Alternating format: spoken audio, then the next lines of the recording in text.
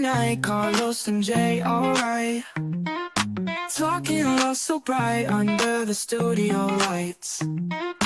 Dating tips galore, they're never a bore. Laughing till we're sore, tuning in for more. Love in black and white, they keep it loose and tight. Putting love back in sight with every funny bite. Relationships they break, from real to all that's fake. These guys never flake, always make you stay awake.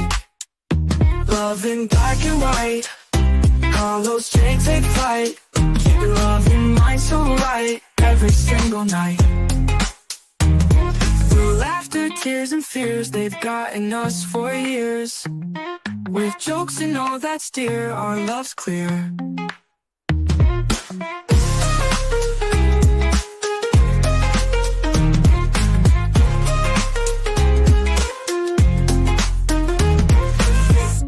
Through laughter, tears and fears, they've gotten us for years. With jokes and all that's dear, our love's clear.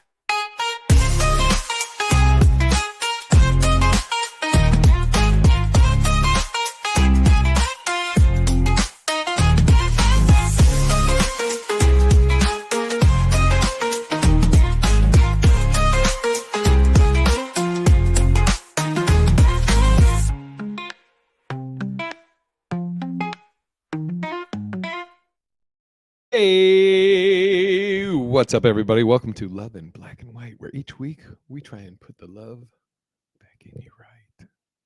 I'm one of your hosts, Big Irish Jay Hollinger. As usual, we have the co-host, the Black de Bergerac, part-time famous, full-time funny Carlos Anthony. We are in the building. Yes, you got to throw it up. Fucking thing. Carlos is back. He was all over the country. Man, he was in Atlanta, Arkansas. Yeah, and we're back, man. This feels good to be back. I told you it's been a long 9.5 days, man, but it's all been good. Got to celebrate my oldest graduating from high school, so congratulations to CJ. And he graduated with honors, and so I'm very pleased with that and his accomplishments. Now it's on to the next milestone to accomplish, and then after that, headed off to Arkansas for a little while to spend some time with my dad, who had knee surgery, who is also recovering and doing well. He was sent home today, so shout out to my pops as well for the progress. And I got to say hello to your mom on FaceTime. Yes, you did. Right after I announced to you over speaker that I had just taken mushrooms. Right. And you better be, I don't think she heard you because it was kind of loud and there was a whole fucking party going on next to us at the table next to us. So I think you got away with it. I'm like, I'm on drugs. You're like, I'm eating with my mother. And I'm like, oh my God. That is how that happened.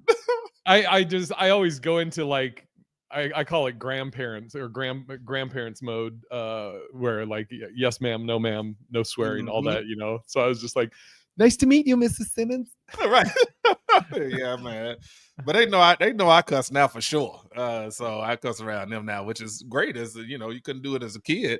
And I pick and choose. I know you're finally at 70. You can swear in front of them, right? And like I said, you heard the part. I pick and choose my battles of when to do it. So I do it when it makes sense around them. And you heard what I said, that you're now at 70 and you feel like you can. Well, I mean, you just turned. Hold on, you're cutting out. Hold on. I got some stuff. No, we're going to address this. I got some stuff. I got to. Ladies and gentlemen, we have to acknowledge that Jay just turned 58 on Monday. 58. So he is 2 steps away from the big 6-0. You're going to tell people this, and they're going to believe that. I don't know why they would. Next, you're gonna be like, he was born in 58. I mean, it's not too far off. I'm fucking 54. It's crazy. It makes no fucking sense.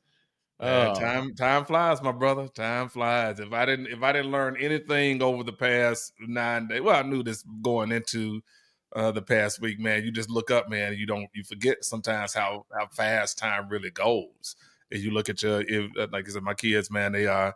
Feels like it was just yesterday that they was babies, and now they're damn near grown men. And then you look at my dad, and I was like, Yeah. man, he's 78 years old, man. I remember, not he's obviously will be full of returning back to full capacity at his age, but still he's aged. So Yeah. that's life. But so and we right smack in the middle. Well, you're a little bit older, so you right smack in the. It's so crazy you say that. Like, I don't know if I talked about it on the podcast or saying to, I think I might have, it was when I was talking to you on the phone, but there was like my dad always was like this larger than life guy to me, even though I was tall, but he was a big barrel chested dude. He played pro football. He was he in college he played every sport, and then he was a longshoreman, so he was like a big dude, and I always viewed him that way. And then I remember, God, this is now probably 15, 20 years ago. There at some point I was seeing him in Oregon. I was at his place in Oregon. I was saying goodbye. I went to give him a hug. And as I was hugging him, I could feel like ribs. Mm. And I was like, oh, fuck, he's becoming an old man. It happens, I can fuck him up now. Right. You can finally win. You can finally win. Yeah. No, it was just, I was like, whoa, it tripped me out. I was like, holy shit. He's becoming a frail old man, but it happens. Such is life. Such c'est la vie, as they say. And it's still all in love, man. This is we talk about love in black and white, and this is all love. And the love doesn't always have to be a man and a woman in relationships. It's about the family dynamics of life. See how we brought that together? Yeah. Segment right there. You didn't even know it's gonna happen like that, but here. I mean, sometimes it's about what you want or what you need. Which one? Absolutely.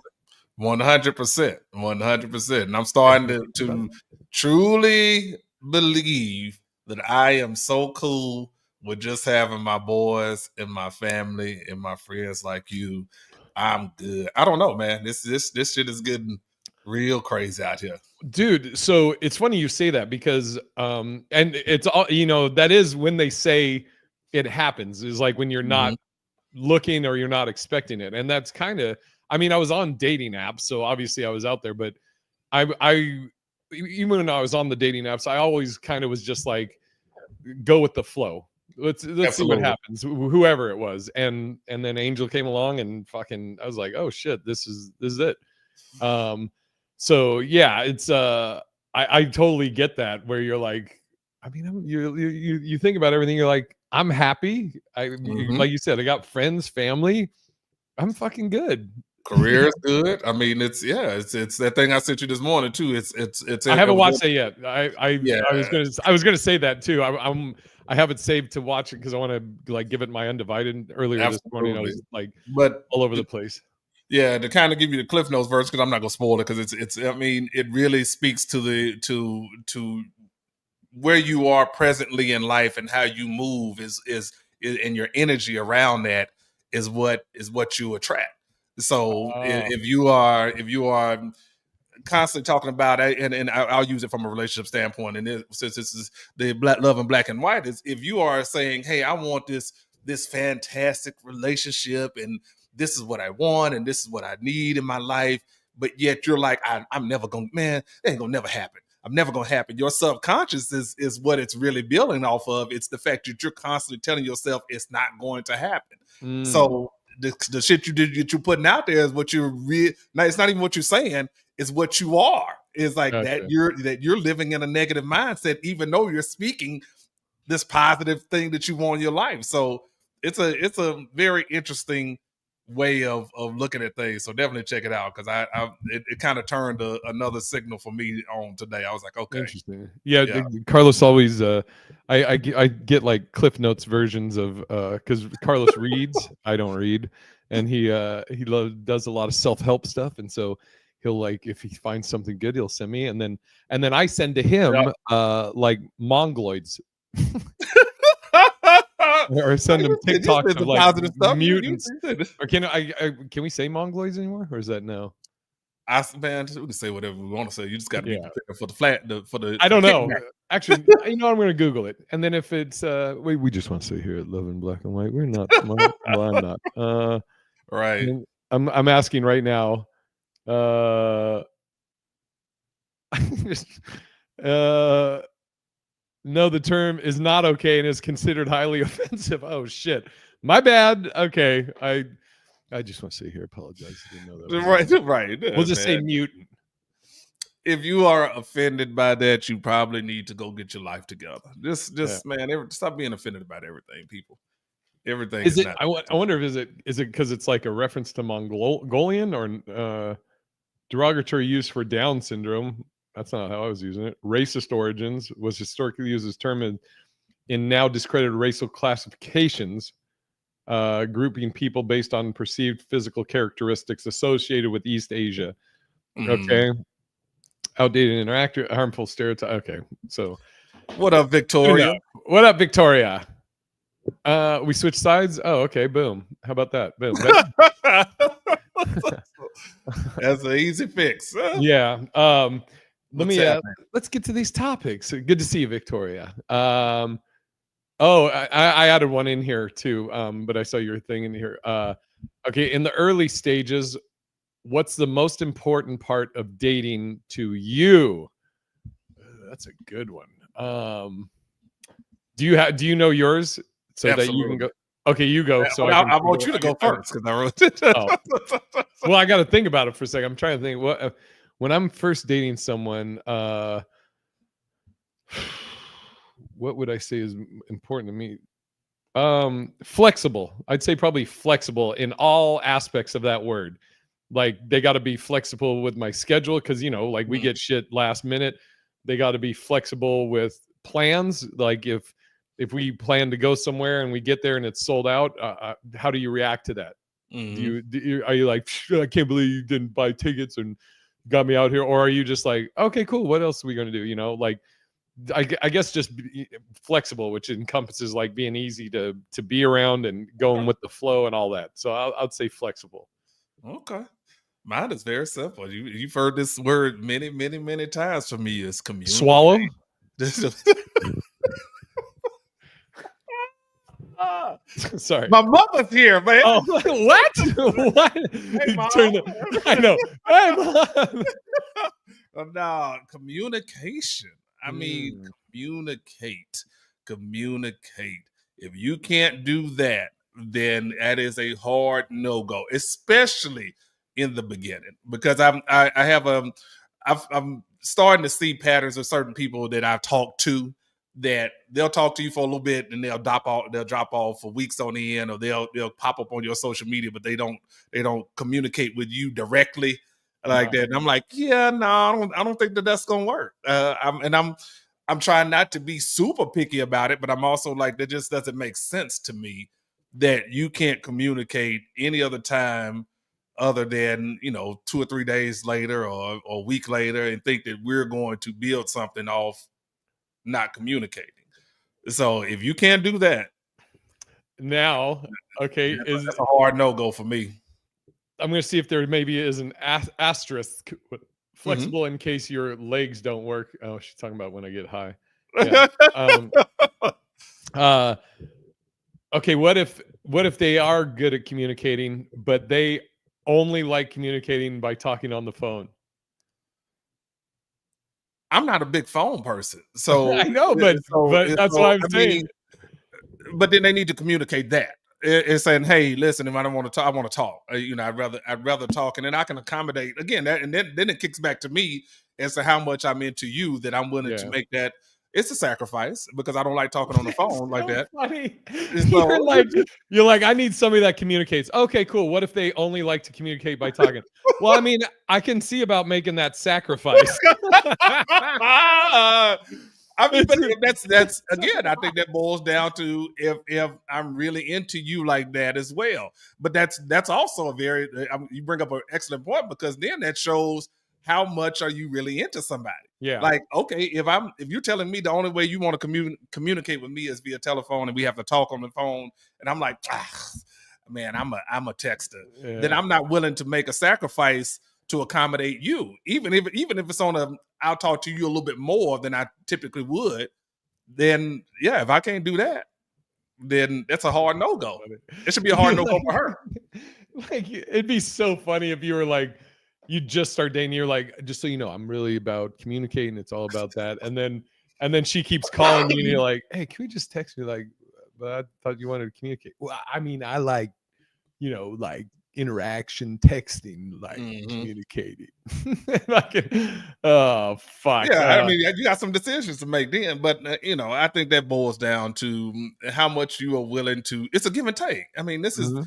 especially in the early stage. Well, in all stages, all of it's a give and take in a relationship. But in the beginning stages, if you're really trying to get to know somebody, then you're going to have to sacrifice a few things that you typically probably wouldn't do or don't like doing in order to find out who they really are, and vice versa. Yeah. So I mean, yeah, we can talk on the phone. I'm not gonna be on there for 2 or 3 hours. I know that. So But funny. shoot, I give you an hour of my time to, to talk. Dude, it reminds me of when I lived with my dad. I think I was like a senior in high school, and I'd live with my dad during the week, and then on the weekends I'd be over at Mark G's on the weekends with Mark and Matt. But I was actually engaged to her way back when. Nicolasa Bonifacio, my I remember his name. ex Panay, Victoria Panay. But we were talking on the phone, and this is landlines, right? So we had been talking on the phone probably, I don't know, let's say 2 hours. I don't know if it was that long. My dad just was so annoyed that we were just nonstop talking that he finally just opens up my door and he goes, Jesus Christ, fucking wrap it up. Get it handled. What the fuck? I was just like, I go, you got to use the also, phone? how old were you then? I was like a senior in high school. Oh, okay. Well, see, yeah. I mean, but those were the days back when we just sat on the phone. I Oh, mean, yeah, you yeah. literally sat on the phone. You weren't even talking about nothing. And I would And like, and I'm like, oh, did you need to use the phone? He's like, no, just fucking get it handled. Fucking wrap it up. Jesus Christ. Your dad was like, you gonna hit or what? It's so funny. Shit or get off the pot. Right. Fucking make your plans. Get it handled. Yeah, fucking I funny. mean that's back in the day, man, when people used to do that and they sit on the phone. And that's shit. I mean, when you meet somebody, then you may do that because that's part of dating, and you like it, and it's the nostalgia of hearing from your boobs. So I mean, I get it. I definitely get it. But I don't know. Right now, I'm like, I don't really want to be on the phone for hours on end talking about nothing. I got shit to do. Nothing. Reminds me of that Patrice joke. No means no, bitch. I gotta go. I got shit. Victoria said, how true do you believe the statement, quote, if the other person cares, they will make the time?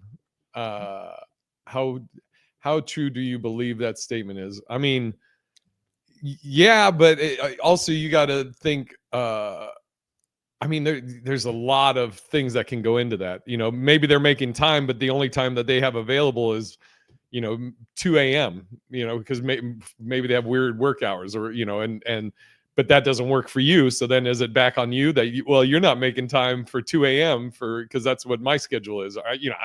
I'm giving obviously an extreme, but I would, do I believe that statement? How true do I believe that statement? If the other person cares, they will make the time. I would say I would say they will make an effort rather than just time, because it's like, I don't know what their situation is. I'm gonna go against you on this one, honestly. Ooh. I believe it 100%. And it's not even the amount of time, it is the effort.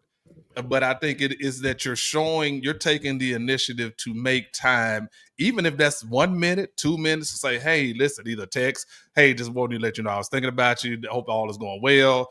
I'm in the midst of doing this and this and this, so I haven't forgotten about you. But I just wanted to let you know that you were being thought of. It doesn't take much. And I think that's what people start overthinking, the communication part of this and trying to make it a situation instead of just being very, very general about it. Like, shit, just give me some effort. It doesn't take much. It doesn't take much. Yeah. Something like that. Like a quick text during the day, like, hey, I'm busy, but I wanted to say, hope you're Absolutely. Putting that effort in, because they're not making time to meet you. They're just fucking sending you a text. Because I mean, if let's say you do, but first of all, I would expect somebody to communicate that. Yeah. All the shit boils around communication. Communication, If yeah. you have a schedule where you work, because I've dated nurses before, and their schedules are extremely hectic. They're doing 12-hour shifts, so you can't talk all the time. But if you make an effort to say, "Hey, listen, I have to work this 12-hour shift, so I may not be able to get to you," and you shoot me a text during your break saying, "Hey, just want to let you know I'm thinking about you. It's been a busy day. Blah blah blah. Hope all is well." I'm cool. Yeah. I'm definitely cool with that. But Yeah. if I don't hear from you for 2 or 3 days, and you think we're gonna pick back up where we left off 3 days ago, shit, I told you on a 72-hour clock, baby. And it's a running clock. It's Right, always it's a no. running It's clock. always So you 72 yeah. from the You last done time missed we the talked. window. Now I'm gone. I'm on to some other shit now. I'm on to trying to figure out what else is going on in this world right now. So I too have a hectic schedule. like a blackjack dealer. I'm out. That's right. That's it. You because you showed me your hand. I don't and you. I'm gonna let you get away with it once. You do it Oh. to me twice. Oh yeah, yeah. Sayonara. It's been nice talking to you. Konnichiwa. Adios. Right. Let me see. That was a good one. That was a good one there. Oh shit, that's I just hit the wrong screen. What's your the worst breakup you've ever had? You start this one, and because I got to think. And it's interesting. I put that, and I was like, I don't think I've ever had a worst breakup. Like nothing traumatic happened that made it be like, fuck, man. But I've had one where I was kind of like, yeah, I probably could have worked around that. And I was like, I was dating it's a great woman in Nashville, Tennessee. Super cool. It just for some reason I was holding back a lot. And I was like, it's come to find out this girl wanted everything that I wanted, but I never communicated what I wanted. But by that time, I was over and done with it because she wound up cheating on me. And so I was like, yeah, I'm out. But then she came back around and she was very apologetic, and we were mad cool. But I was just like, nah, Yeah. I'm not gonna be able to do it. To the point that she came out to visit me one time, and I made her sleep on the couch. I made her sleep on the couch, and then the next day I faked like I had to go to work, just so she could get the hell out the house. And then I doubled back around and came back home. And I felt bad about it. To this day, I was like, I could have done better with that.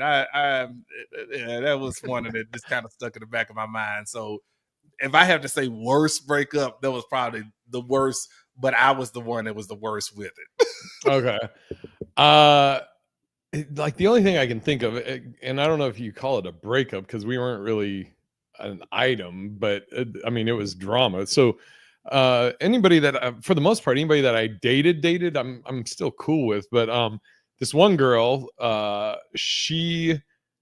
it's crazy because this guy I wrote with on the game show Funny You Should Ask, he went to high school with her, and he had told me she was crazy. But anyways, me and this girl, we had gone on a couple of dates. We had at one point we hooked up, and we're still in that, like I guess the early stages of whatever we were, right? But we had sex, whatever. And I was doing the Hollings Worthless Halloween podcast, and we were at the Queen Mary, and we were live streaming. It was me, Mike Coletta, Kane Holloway, and Sean McCann, and so I'm using my phone, and she keeps like texting me, and she's hammered, and that's one thing I don't do good with is people that can't handle their alcohol, because my pops was an alcoholic. I mean, he was a happy drunk, but he would drink a lot. Anyways, and new to streaming, or what the fuck is this, Carlos? New to streaming, looking to level up. Fucking Carlos running ads for StreamYard.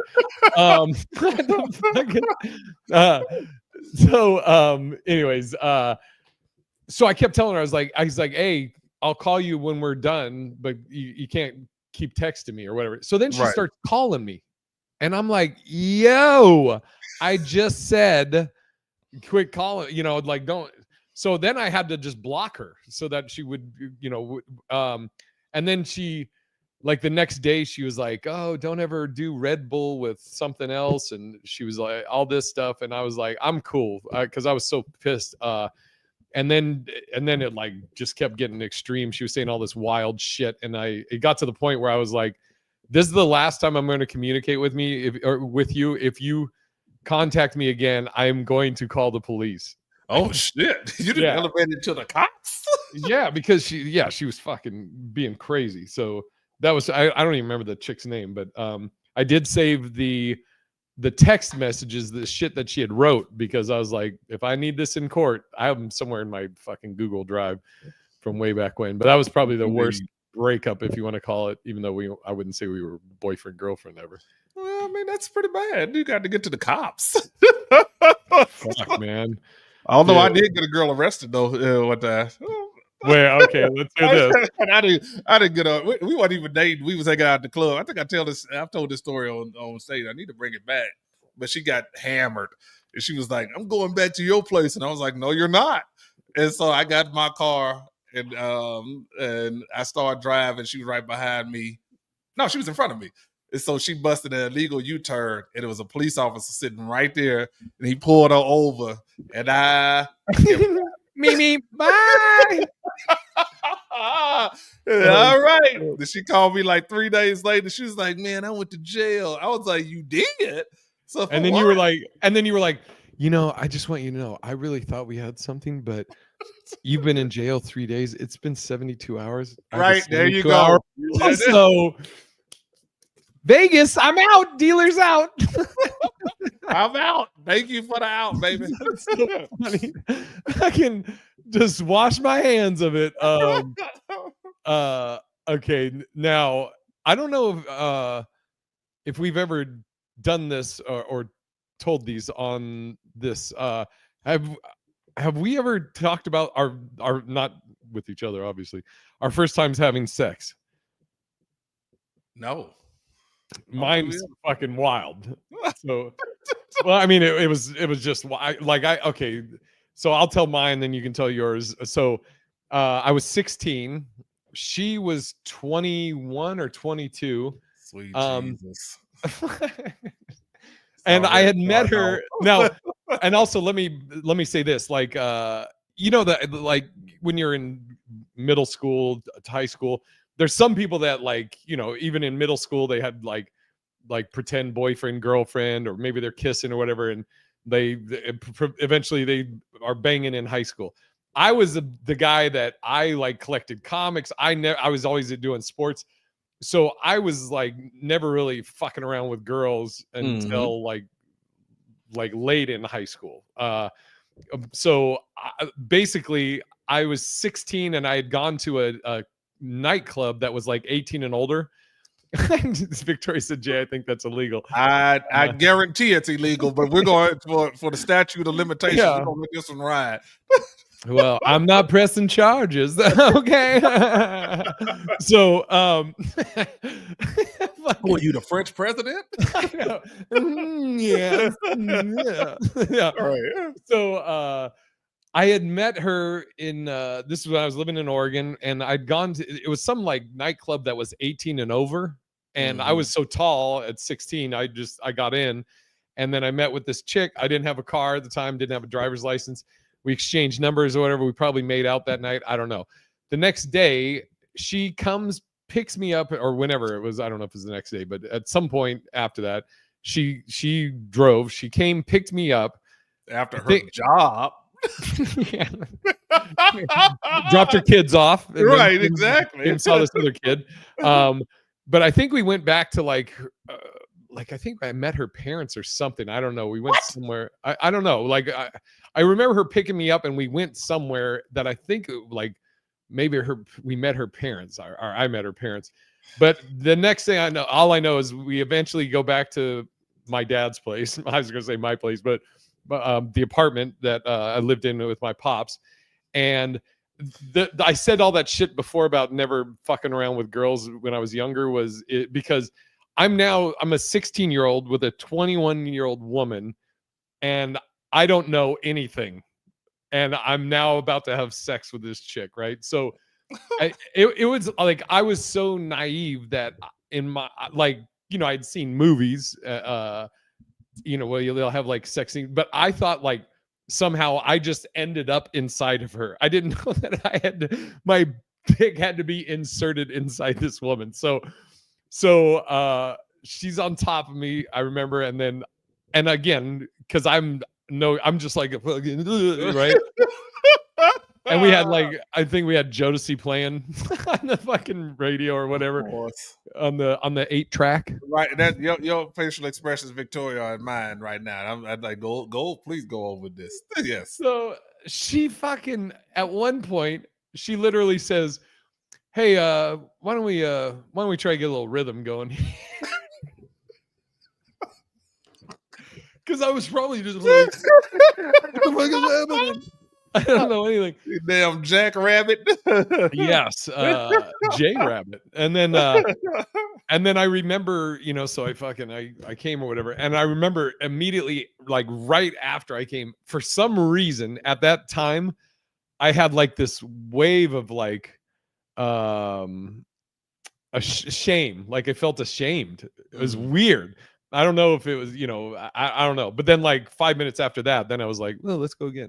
And yeah, that was my first time was fucking wild. I can't top that. Oh, shit. I ain't got that. My first time was actually in college. Yeah, it was in college, and that young lady took advantage of me. Yeah, she showed me the business. I was like, yeah, okay, all right. How old were you? Like 18, 19? Had to be 18, 17, 18, yeah, somewhere in the neighborhood. But yeah, she I mean, it wasn't even much to it. I knew mentally I knew what to do, but I was like, hey, but I'm gonna let you. I just got to set back. She was like, don't worry about it. I got this. I was like, hey man, do what you do. Do what you do. It reminds me of the Ace Ventura when he's holding on. He's like, that's pretty much how it was. Yeah. I was like, I see you've done this a time or two. Yeah. So that was pretty much it. And I was like, okay. And then we dated for a while, and then life moves on. Yeah, it was fucking. And then I remember, I think one of the homies fucking got with her, and I don't think he knew that I had been with her. And yeah, fuck, I don't know. I remember I don't know why this popped in my head. My dad was telling me one point the story about that he'd gotten a prostitute in Oregon. Yeah, my dad fucking R.I.P. Pop. So he'd gotten a prostitute, I think, when he was in college or whatever. So, and my dad was, not that he was famous, but he was like a 3-star athlete or a 3-sport athlete, he like, and like pretty in the papers all the time for basketball, baseball, football. So he boned this prostitute, whatever. Then he was at a car wash, like where everybody's at the car wash. And here she comes walking down. Oh, Hollingsworth! And my dad said he was just like, Jesus Christ. He told her his name. Well, I think she probably like I said, my pops was pretty fucking, he was like out there like that. Yeah, back in the day, and I think this was in college, and he was pretty well known in college. Yeah, Hollingsworth, and I mean, and I'm sure she was wearing just the full prostitute costume, like fucking thigh highs and all that. So Jay's first likes the youngins. Well, she did. Yeah, I don't know if she knew how old I was. She probably just assumed I was at least 18. Parents. I would strongly assume that she thought you were older, because how do you even explain that? Hey, mom and dad, I picked up this kid. So, I don't know. He's a little tall for his age. Boy, look young, don't he? Fucking crazy. Yeah, that's quite interesting. But yeah, man, hey, the times we live. I never, which is crazy for me. I've never had a whore stage. Like I've never just ran through chicks, like ever. I've always said I wanted to. I don't know why. It's just the man thing. But every time I even get up the guts, I'm like, that's just ain't me, man. I don't want to be that guy. I don't want to be that guy. Dude, I remember some fucking crazy stories. I remember, dude. I can't say his full name. His first name was Jason, a buddy of mine, and I remember he lived in Seattle and he had come down to Portland and he was hanging or whatever. We met these two girls in a park, and we're at my dad's apartment. My dad's probably out working, fucking longshoreman, and Jason's in my bedroom with the chick he's with, and I'm in the living room with the chick I'm with, and like we're getting busy in the living room, me and this chick. Again, I'm probably 16, 17 around this time. Or I'm probably like 17, 18. Out here in these streets rough. Well, Jacobson comes out of, oh fuck, I just said his last name. Jesus Christ. I know I have to fucking go back in it. Jason comes out of my bedroom and he's like, my nickname that used to be Hopper, like short for grasshopper. Long story. I can tell you about it another time. But anyways, he goes, hey, Hopper. He's like, you have any condoms? Or whatever. I was like, yeah, here, like, throw him a condom, whatever.